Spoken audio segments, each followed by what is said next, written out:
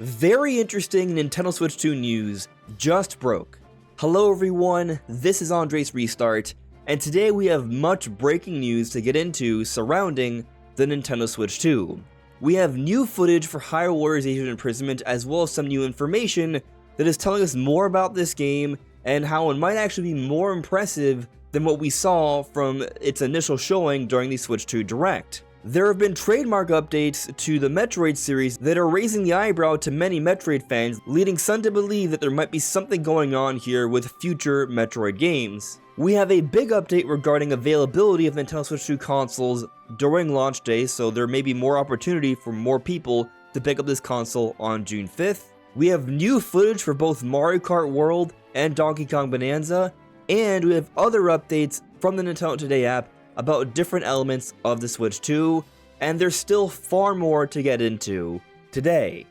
But before going forward, let me take this moment to point out, I am aiming to reach 50,000 subscribers by the time the Switch 2 launches on June 5th. So if you find yourself enjoying my content, your subscription would be appreciated. So with the initial trailer of Hyrule Warriors Age of Imprisonment from the Nintendo Switch 2 Direct, many were disappointed by what they saw, myself included. I assumed a game like this would be running at 60 frames per second. Across the board, it seems like that's what Nintendo's aiming to do with all of their games. But Hyrule Warriors Age of Imprisonment was an exception. Now granted, this is a Warriors game, a spin-off Zelda title being made by Koei Tecmo. Maybe they won't be holding this kind of game to the same standard as other Nintendo games. But in the creator's voice that was released today, the team working on Hyrule Warriors Age of Imprisonment mentioned some very interesting things regarding the game. They talk about the advantages of this game being on Nintendo Switch 2, how they can have more enemies on screen, and how there will be an improved frame rate. But they do not specifically state that the game will be running at 60 frames per second. And so I took a look at some of the footage that was shown during this creator's voice. 1 frame, 2 frames, 3 frames, 4 frames, 5 frames, 6 frames, 7 frames. So as you see, every other frame, the game is updating here. This is a 60 FPS footage. And so what we're looking at is 30 FPS gameplay. This is essentially the exact same stuff we saw during the Nintendo Switch 2 Direct. So does that mean the game is only running at 30 frames per second? Well, if this is all we saw during the creator's voice, I would assume so. However, later on, they show us some new gameplay we have not seen before, and it's different. So take a look here. 1 frame, 2 frames, 3 frames, 4 frames, 5 frames, 6 frames, 7 frames, 8 frames, 9 frames. So it looks like they skipped a frame there, but for the most part, this game is updating every frame. So I think what we're seeing here is that they are targeting 60 frames per second, but there might be a little bit of delay. They might not have successfully hit a perfect, smooth 60 frames per second, at least not at this current point in time. And I think this is interesting, because the Switch 2 Direct footage was at 30. Now we're starting to see some 60 FPS gameplay. And there's been some debate on when this game is coming out, because Nintendo has only told us this next winter.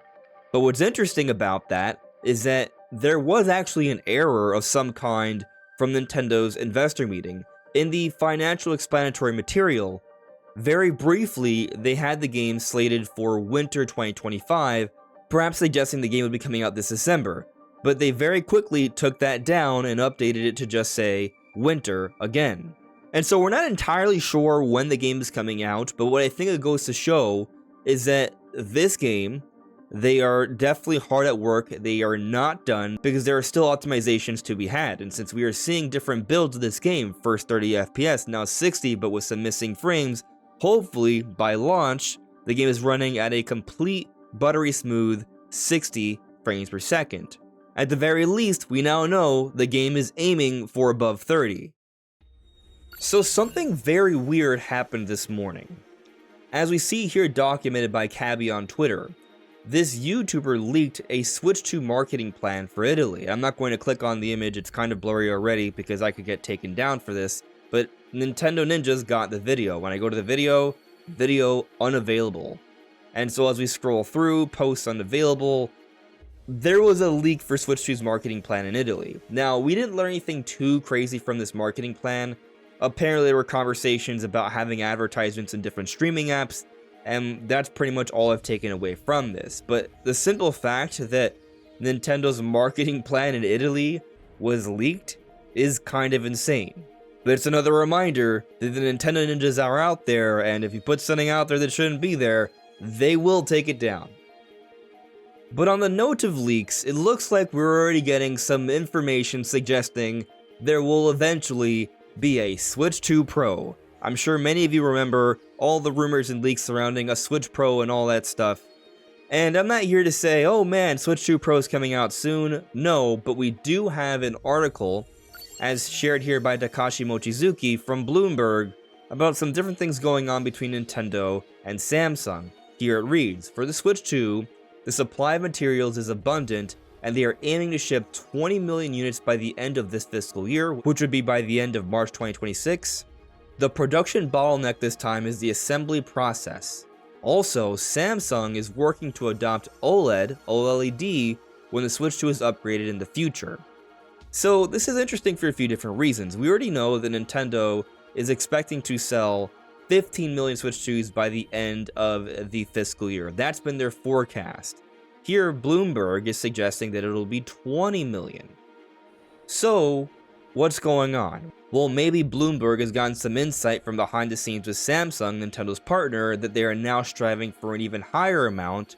Maybe they're aiming to get 20 million ready in hopes that they can sell more, but to their investors, they're just stating that they are aiming for 15 million.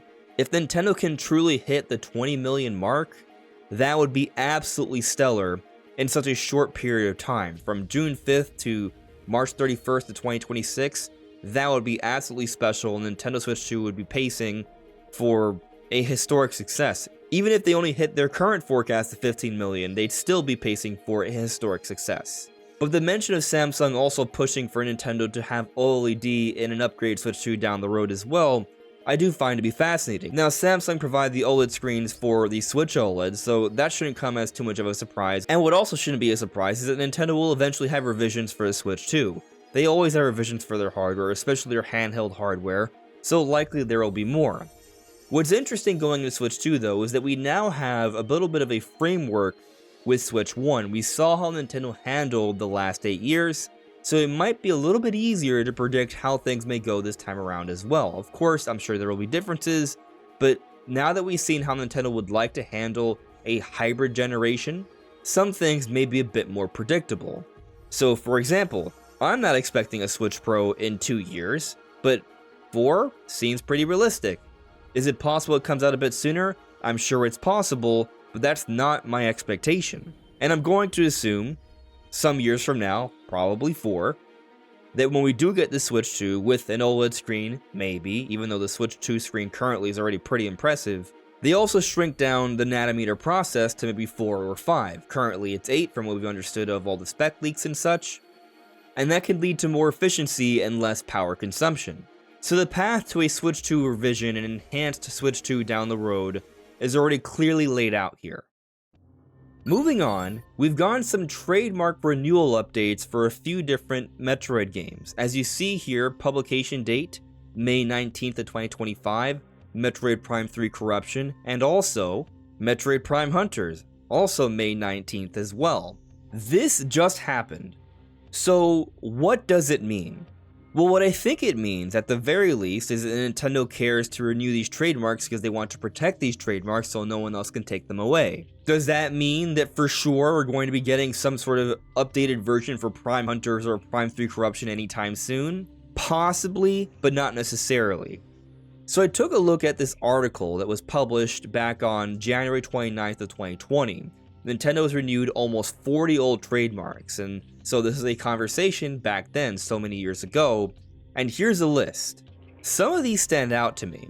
Kirby Air Ride, we're getting Kirby Air Riders now. Mario vs. Donkey Kong, we have a new Mario vs. Donkey Kong game. The Wind Waker is coming out for GameCube Online. Super Mario World, recently we heard about that leak regarding the Mario movie and how the title may be Super Mario World. Super Mario Sunshine, we saw it released in Super Mario 3D All-Stars for the 35th anniversary, which came out later that year of this article. Skyward Sword HD, that came out the year after this article. Ocarina of Time, we have our theories on there being an Ocarina of Time remake coming not so long from now, perhaps next year for the 40th anniversary.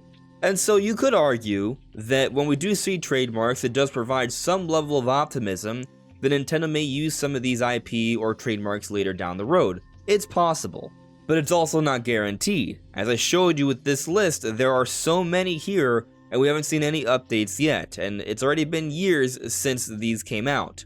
So I don't think for sure it means that we're going to see Metroid Prime Hunters or Metroid Prime 3 Corruption come out really soon for Switch 1 or Switch 2. However, Metroid Prime 4 Beyond is coming out this year, and so the timing of these new trademark renewals is very interesting. It's curious.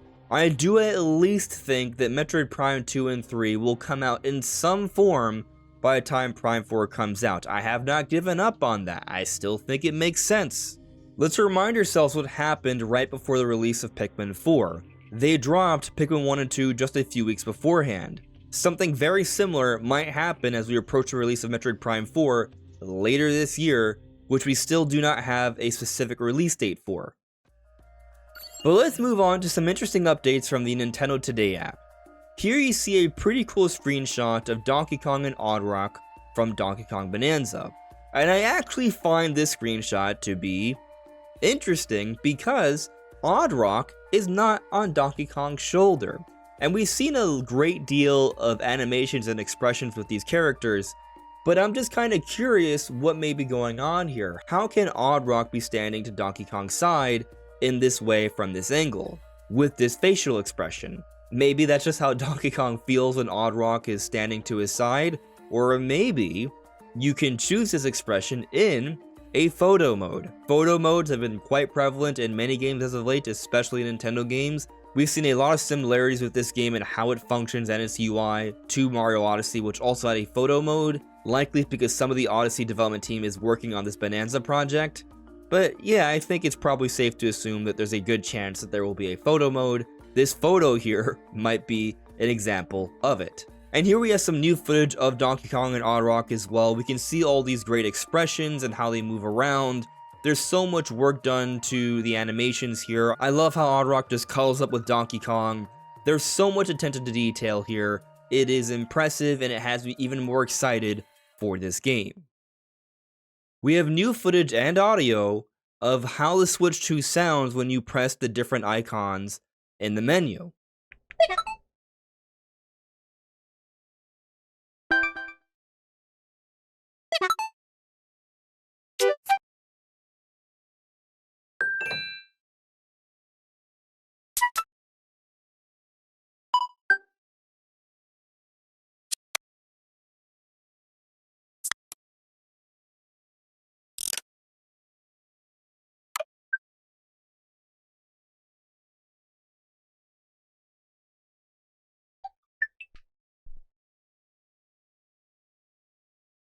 And as you can see, each individual icon has a unique sound. I love how playful all the different menu sounds are on this system, including when you wake up the system as well.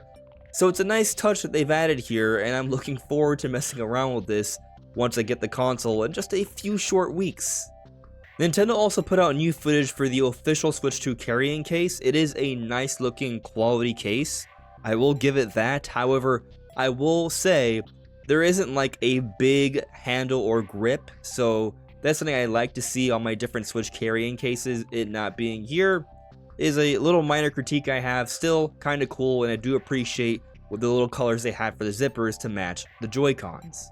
Something else that has seemingly been confirmed from the Nintendo Today app is that when you record footage, it works just the same way it does like on Switch 1 or for Switch 2, and it's still just a clip of 30 seconds at a time. Now, I say seemingly because I wouldn't be totally shocked if there is a way to go into the options and edit this around a little bit. Maybe you can record for longer if you choose, and the 30-second clip is just a limitation, so you're not wasting all of your storage space. But that is just a possibility. I'm speculating that there may be options here.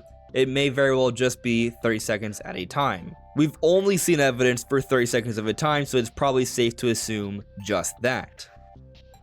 Now, shoutouts to friends of the channel, Jake Randall, and also Nintendo Prime, who have done some research, have some sources on Switch 2 availability day 1, June 5th, and apparently what's going on June 5th, you'll be able to line up for the Target store. So before Target opens on launch day, you can go there, get in line, get a ticket, and you will be able to pick up a Switch 2 even though you have not pre-ordered one. Now, of course, there will be a line, there will be limited stock, so you will want to beat other people to the line, but you will have this opportunity.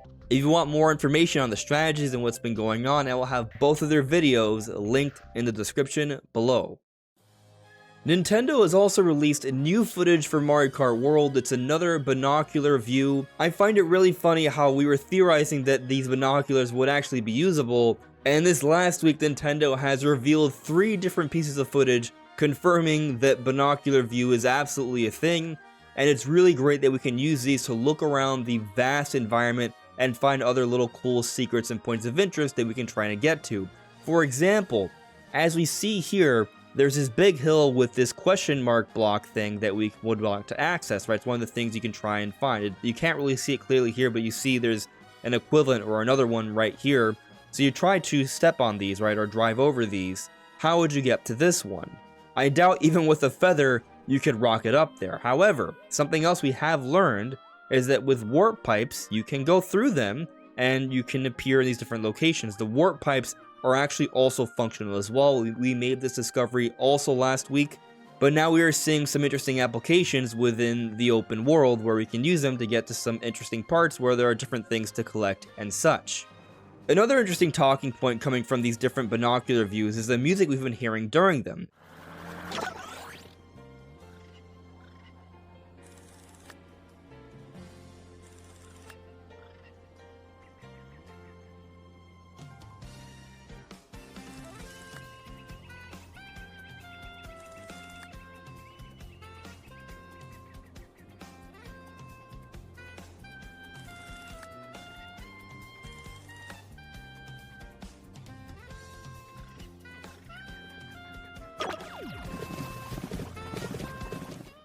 In this one in particular, it's Mario Galaxy music, and it really just kind of highlights the variety and masterful remixing of all these different classic Mario tracks throughout this game. I am very eager to just play this game, explore it, look through all the nooks and crannies, and hear all the amazing music while doing all these crazy tricks and shortcuts throughout all of the races in this game. I am so hyped for Mario Kart World, and we are drawing ever closer to the launch of Switch 2. But what do you all think? What do you make of all this latest news? Let me know in the comments below. This is AndresRestart. Thank you so much for listening and watching, and I'll see you all really soon. Take care. Bye.